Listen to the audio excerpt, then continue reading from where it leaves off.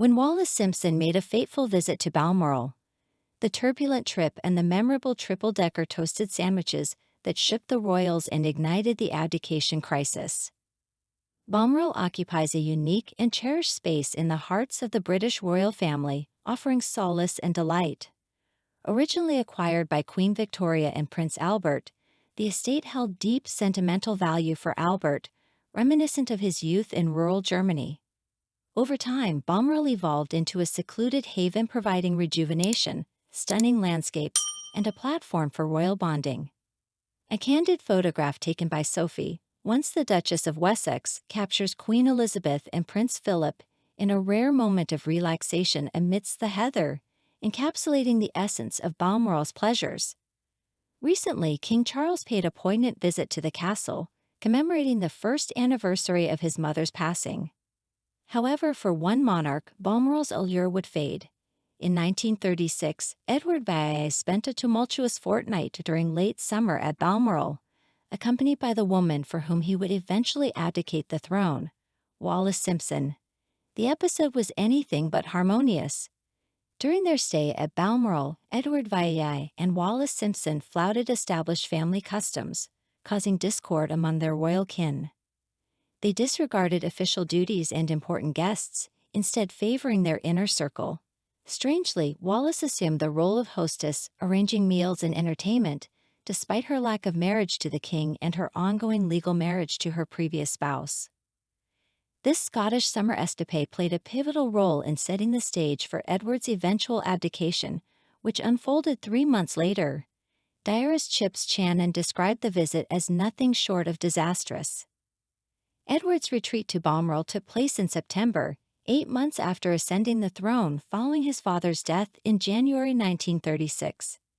His association with Wallis Simpson had begun in 1931, with some historians suggesting that she had surpassed Edward's previous romantic interests, Lady Furness and Freda Dudley Ward, by 1934.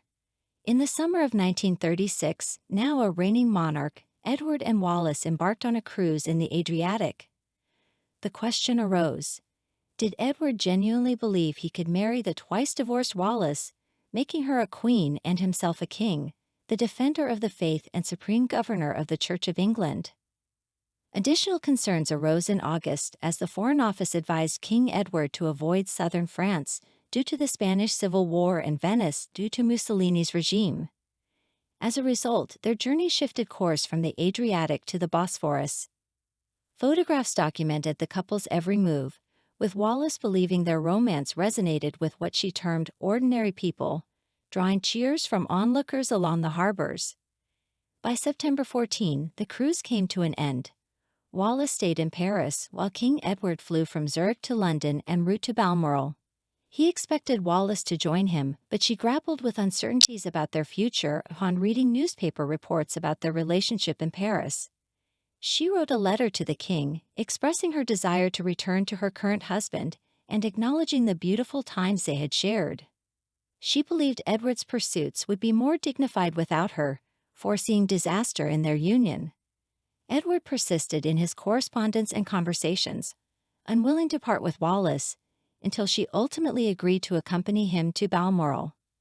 She continued her plans to finalize her divorce, meeting with Goddard in London before reuniting with the king in Scotland.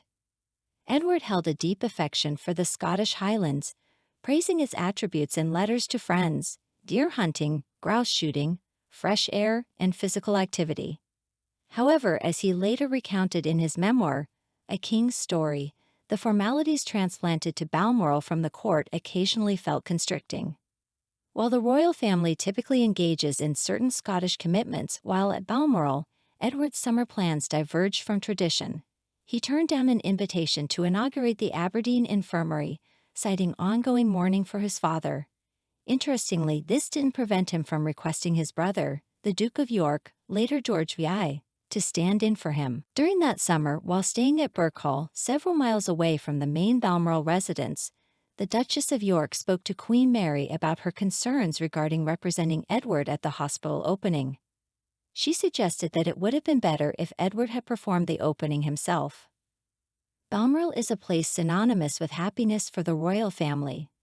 Ever since Queen Victoria and Prince Albert acquired it, the location has held deep significance for Prince Albert's German rural upbringing. It offers seclusion, relaxation, breathtaking landscapes, and an opportunity for familial bonding. A photo captured by Sophie, the former Duchess of Wessex, depicts the late Queen and Prince Philip enjoying each other's company amidst the heather, encapsulating the pleasures of Balmoral.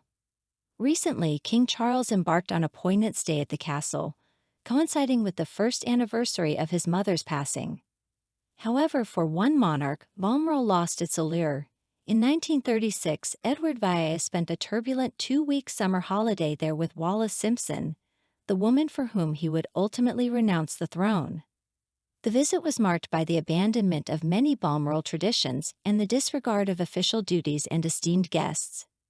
This conduct, where Edward preferred the company of his friends and Wallis assumed a role she wasn't entitled to, contributed to the drama that eventually led to Edward's abdication 3 months later.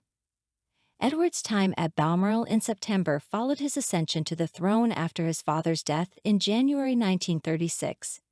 His relationship with Wallis Simpson had gradually replaced his previous romantic involvements by 1934. In the summer of 1936, now as king, Edward and Wallis embarked on an Adriatic cruise. The question arises whether Edward genuinely believed he could marry Wallis, who was twice divorced, and have her become queen, all while maintaining his position as king and spiritual leader of the Church of England. As August arrived, complications emerged. The Foreign Office advised Edward to avoid the south of France due to the Spanish Civil War and Venice due to Mussolini's influence. Consequently, the couple sailed from the Adriatic to the Bosphorus. Their journey was documented extensively, with Wallis believing their relationship resonated positively with the public. However, doubts began to plague Wallis in Paris, leading her to reconsider their future together. She penned a letter to Edward expressing her reservations about their relationship's viability and how they might only bring disaster if they stayed together. Despite Wallis's reluctance, Edward persisted in his pursuit of her, convincing her to join him at Balmoral. She also continued preparations for her divorce, meeting with legal advisor Goddard in London before reuniting with Edward in Scotland. Edward had an affinity for the Scottish Highlands, cherishing activities like deer stalking, grouse shooting, and outdoor pursuits. Nevertheless, he found the formal court routines at Balmoral a bit stifling. In a later memoir, A King's Story, he admitted to occasionally struggling with the established protocols. Traditionally, Balmoral visits involve political figures and church representatives staying with the royal family and participating in engagements. However, during that particular summer, Edward deviated from this norm. He hosted a more intimate gathering, including Wallis, his American friend and golf partner Herman Rogers, Herman's wife, Catherine, Esmond Harmsworth, and Louis and Edwina Mountbatten. Typically, even during vacation, the royal family engages in some official duties in Scotland. But during that particular summer, Edward chose to forego such engagements entirely. He had been invited to inaugurate the Aberdeen Infirmary and sent a letter to the Lord Provost of Aberdeen, declining the invitation. He mentioned that the court was still mourning his father, George V. However, this didn't prevent him from asking his brother, the Duke of York, who would later become George VI, to stand in for him. The Duke and Duchess of York were staying a few miles away from the main house at Balmoral, at a place called Birkhall. This house would later become a summer residence for the Duchess, who later became Queen Elizabeth the Queen Mother during her widowhood, and then for Prince Charles, now King. During that summer, the Duchess of York wrote a letter to Queen Mary, the widow of George V, regarding the King's request for her and her husband to represent him in Aberdeen. She seemed to believe that it would have been better if her brother-in-law had opened the hospital himself. In her letter, she alluded to Mrs. Simpson, but couldn't bring herself to mention her by name. I am secretly rather dreading next week, but I haven't heard if a certain person is coming or not. I do hope not, as everything is talked of up here. The Duchess's concerns were not unfounded. On September 23, the same day the Duke and Duchess traveled to Aberdeen to open the hospital, Edward also drove to the city. However, his purpose was to meet Mrs. Simpson at the train station and spare her the trip to Balmoral. Despite wearing motoring goggles, he was recognized, and two photos were prominently displayed on the front page of the evening paper, one featuring the Duke and Duchess at the hospital, and the other showing the king greeting his guests at the station. This event foreshadowed the eventual abdication, with the Duke and Duchess of York stepping up to fulfill their duties while Edward chose to be with Mrs. Simpson. The incident in Aberdeen stirred up conversations and concerns among courtiers and London's high society. Notably, when the court circular was published, the king ensured that Wallis Simpson's name was listed ahead of the Duke and Duchess of York, the future king and queen. Tommy Lascelles, a courtier who would later serve George VI and his daughter, Elizabeth II, as a private secretary, spoke critically of Edward. He had no real friends for whom he gave a straw. His private secretaries had a devil of a time. The Duke and Duchess of York were angered, feeling that they were being made to appear complicit in the king's actions. Back at Birkhall, they might have found sympathy from Cosmo Lang, the Archbishop of Canterbury, whom they had invited after he was not included in the king's invitation to Balmoral. There was tension between Lang and Edward, as Edward had declined to meet him to discuss his coronation. Despite their concerns about the Aberdeen incident, the Duke and Duchess accepted an invitation from Edward to attend a dinner at Balmoral. However, this only strained the relationship between the two couples further. Wallis Simpson was organizing the meals and entertainment for the evening, behaving like the hostess despite not being married to the king at the time. When the Duchess of York arrived, Wallis tried to greet her, but the Duchess walked past, stating loudly, "I came to dine with the king." The Queen Mother's biographer, William Shawcross, quoted a letter from the upset Duchess of York to Queen Mary. This letter highlighted how being divorced, as Wallis was, placed her beyond social acceptance in 1936. The Duchess expressed her difficulty in making advances towards Wallis and inviting her to their home. There was also a hint of personal animosity, perhaps stemming from the Duchess's perception that Wallis was as much a snob as London's high society, looking down on her as unsophisticated. Wallis supposedly referred to the Duchess as Cookie to Edward. The relationship between the Duchess of York and the king had deteriorated. While she had previously addressed him affectionately as Darling David, this tone was now mocked as overly sentimental. While the British public remained unaware of the impending changes in the monarchy, those in public life were forming their own opinions. Chips Channon, known for his diaries, viewed the Balmoral visit as a pivotal moment for the couple. He expressed his belief that the visit had negative consequences, noting that after the king skipped the opening of the Aberdeen infirmary and instead openly welcomed Wallis at the station on the same day, it was seen as a calamity. Channon remarked that Aberdeen would never forgive the king for his actions. Winston Churchill, initially somewhat sympathetic to the king, had a change of heart. He had previously stated that he didn't think Mrs. Simpson was affecting the king's ability to rule, but he later considered it a mistake to have her at Balmoral. This was significant because Balmoral held a special place in the memory of Queen Victoria. Edward seemed unconcerned about the opinions of Queen Victoria or anyone else. He gave Wallis the best guest room in the castle and chose to stay in her dressing room rather than the usual sovereign's room. The couple even introduced a novel activity. After-dinner films, a departure from the traditional Scottish reels danced during the evenings at Balmoral. Mrs. Simpson also diverged from the typical Scottish attire worn at the retreat.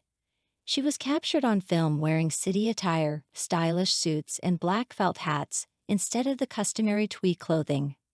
One of Mrs. Simpson's notable contributions, which might resonate with younger generations of royals not as keen on traditional game dishes, was her introduction of triple-decker toasted sandwiches as a late-night snack. However, this innovation didn't sit well with the already overburdened kitchen staff, who were dealing with the aftermath of staff cuts Edward had implemented at Balmoral. After the king's return to London from Scotland, events escalated swiftly. Prime Minister Stanley Baldwin and Archbishop Cosmo Lang found themselves inundated with letters from concerned British citizens abroad. These citizens were dismayed by the reports in the foreign press regarding the king's relationship with Mrs. Simpson. Due to his strained relationship with Archbishop Lang, the king's need to address the situation became inevitable. Baldwin, along with other prominent public figures, believed that the Prime Minister needed to discuss Mrs. Simpson with the King. Baldwin, without initially mentioning Mrs. Simpson, emphasized the higher standards expected from a public figure like the King. He then brought up the numerous letters he had received about Mrs. Simpson. According to Edward's biographer Francis Donaldson, Baldwin cautioned the King, saying that while people might tolerate much in private life, they wouldn't accept such behavior from a public figure. Baldwin cited the public's resentment of Mrs. Simpson's visit to Balmoral as evidence. In December, the situation reached a breaking point. While the American press speculated about a potential marriage between the King and Mrs. Simpson, British newspapers remained relatively quiet. However, a comment by Bishop Alfred Blunt of Bradford during a conference triggered a torrent of British reporting and commentary. Blunt's remarks hinted at the King's need for prayer and awareness of his duties. This comment, as reported by the Press Association, unleashed a wave of scrutiny. Within 9 days, Edward abdicated, ending any chance of Mrs. Simpson becoming queen. The idyllic days when she was effectively overseeing the royal family's holiday home at Balmoral felt distant. By mid-October, the King had a meeting with Prime Minister Stanley Baldwin, during which he shocked Baldwin by expressing his determination to marry Wallis Simpson and become her third husband. Baldwin was deeply concerned. Meanwhile, preparations for the King's coronation continued, although he paid little attention to them and delegated meetings to the Duke of York. In November, the King received warnings from Alexander Hardinge and senior ministers that the media would soon expose his relationship with Mrs. Simpson if he didn't address the situation. Dear friend, if you like everything new about the royal family and don't want to miss all the novelties, subscribe to our channel and like it. By doing so, you take part in our development.